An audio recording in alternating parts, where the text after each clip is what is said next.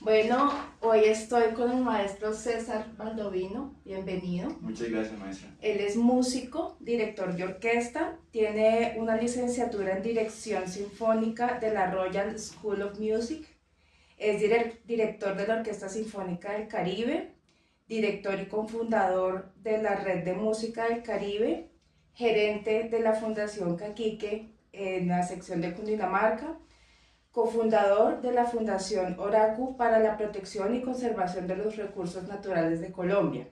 Si bien pues tiene un perfil de músico, por la naturaleza de su quehacer artístico, has estado muy inmerso en el tema de la investigación. Así es. Y en ese sentido, quisiera direccionar las preguntas del día de hoy. Entonces, la pregunta primera es: ¿cómo has implementado la investigación social en tu desempeño como gestor cultural? Bueno, muy importante porque lo he encaminado hacia precisamente buscar las respuestas en el territorio, hacer las preguntas con los actores,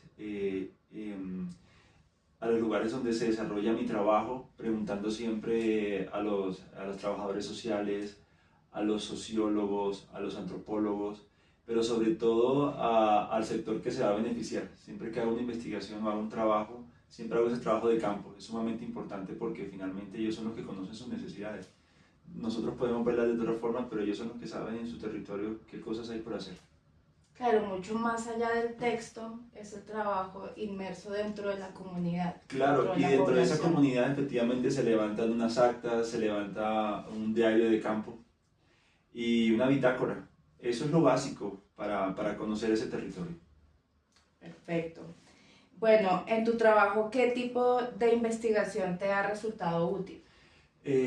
Lo primero que hago cuando voy a hacer esto es indagar en el DANE.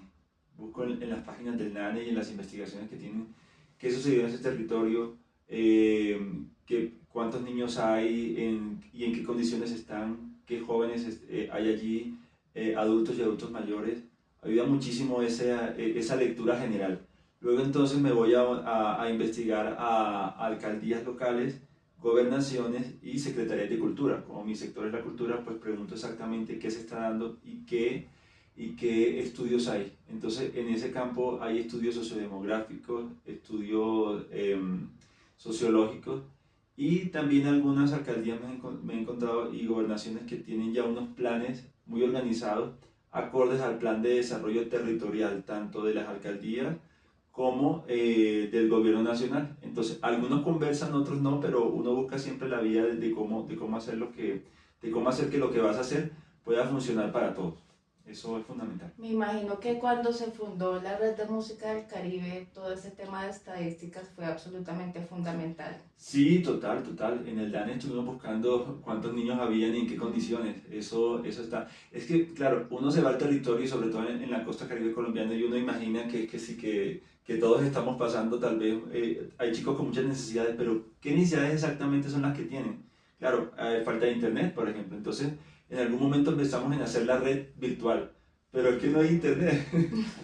Claro, entonces, claro, los que tienen internet no tienen computadores, sino que por familia pueden haber dos celulares. Eso lo vimos en pandemia, dos celulares. ¿Y quién ve clases así? Si el papá va a trabajar o la mamá es ama de casa en otra casa, necesita su móvil también, entonces los chicos, ¿cómo hacemos?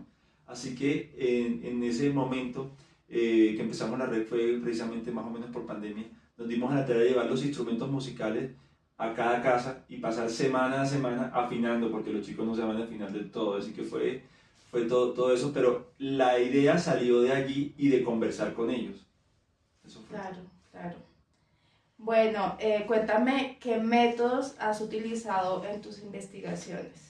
Bueno, los diagramas de Grant son súper importantes porque nos hace un seguimiento de principio a fin de cómo va un proyecto, cómo va una investigación. También estudios sociodemográficos, fundamentales, estudios etnográficos. También hemos utilizado cruces entre matrices, de los datos que tienen las alcaldías, las gobernaciones y el gobierno nacional. Hay unos cruces bien interesantes porque no siempre conversan las mismas estadísticas. Claro, hay unas personas que se van a un territorio y otros a otro, y aunque a veces sean los mismos territorios que les preguntes 3 veces lo mismo, lo dicen de diferente forma. Entonces, esos cruces son fundamentales, pero esos 3 elementos creo que son los que te llevan a hacer algo mucho más aterrizado y mucho más serio, para tomar decisiones acertadas. Ok, gracias. Y por último, ¿a qué público has presentado el proceso y resultado de tus investigaciones y qué técnicas de presentación usas? Bien, para presentarlo, pues lo primero que hacemos es socializar. Socializar. Después que tenemos un proyecto, socializamos con toda la comunidad. Y utilizamos unas técnicas como observacional para poder llegar a ellos de manera sencilla, como que con un lenguaje ameno. No siempre tenemos público experto, realmente pocas veces he tenido la posibilidad de exponer un trabajo a un público experto. Siempre están pensando como que en otras dinámicas los que son más expertos en la materia de cultural. En cambio, cuando uno le presenta esto a una comunidad en su propio lenguaje y con sus propias herramientas, ellos se van a sentir empoderados. Y no es que viene alguien, por ejemplo, a veces que vamos de la capital a mostrarle algo que pues, no es nuestra realidad. Mucho tecnicismo Sí. que ellos no... No, cuando usted se no vaya adaptan. aquí, yo voy a seguir siendo el mismo. Sí, Que me muéstremelo de tal forma que yo pueda tocarlo, pueda tenerlo, pueda apropiarme de él claro. y que yo pueda seguir siquiera con esto. Eso creo que es lo fundamental. Mira, si nos vamos con tecnicismo, las estadísticas no les interesan mucho. Yo me doy Claro. cuenta de eso.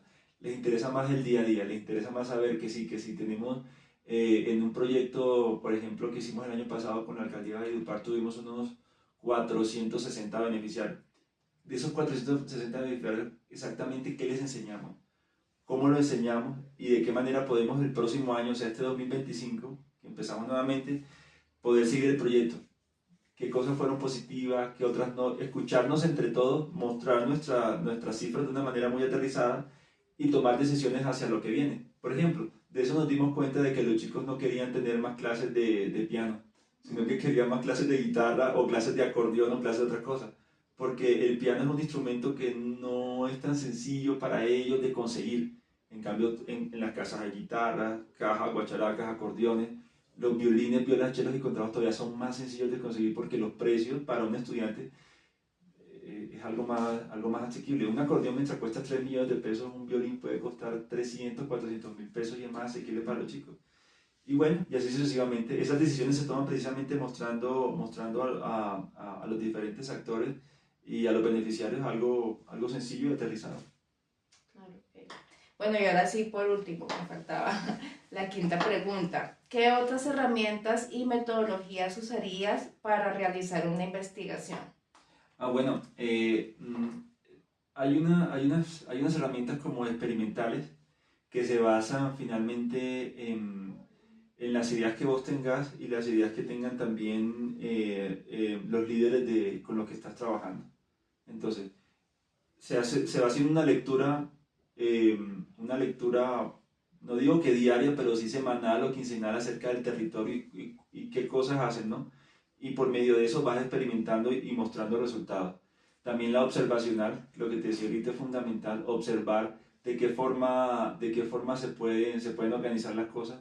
Y por último, pienso que hay unas herramientas como estas que utilizamos, los diagramas y los números, pero van basados en matrices. Por ejemplo, ahorita en Cundinamarca estamos implementando una matriz de datos que te arroja el resultado desde que el usuario o de que el niño, niña, joven o el aprendiz llega a la primera clase hasta la última clase cuando sale en diciembre. Te arroja unos datos estadísticos de que va aprendiendo semana a semana, pero además esto va enlazado con un estudio sociodemográfico. Es decir, que si un niño, por ejemplo, deja de asistir una semana, el programa te arroja una serie de resultados de cuáles fueron los posibles. Lo llamas, entonces te das cuenta, no, que es que estoy pasando por esta situación X y no sé qué, y todo te va dando una serie de soluciones en tiempo real. Entonces pienso que esas matrices son súper importantes. Y es un asunto un poco más técnico, pero que se ayuda mucho a la hora de tener los resultados, por ejemplo, en los gráficos e informes que tiene la ONU. son totalmente gráficos, son totalmente al punto. Si bien hay una parte donde son más cualitativos, son muy cuantitativos en cuanto a beneficiarios, qué hacen, por qué, cuándo y cómo. Esas preguntas siempre hay que hacérselas para poder llegar a cosas mucho más grandes. Y finalmente los que financian proyectos mucho más grandes quieren es eso. No quieren tanta... les gusta más los tecnicismos. A los seres humanos les gustan más, en los territorios les gustan más las cosas más aterrizadas, la practicidad, pero a los otros les gustan más los tecnicismos y es así.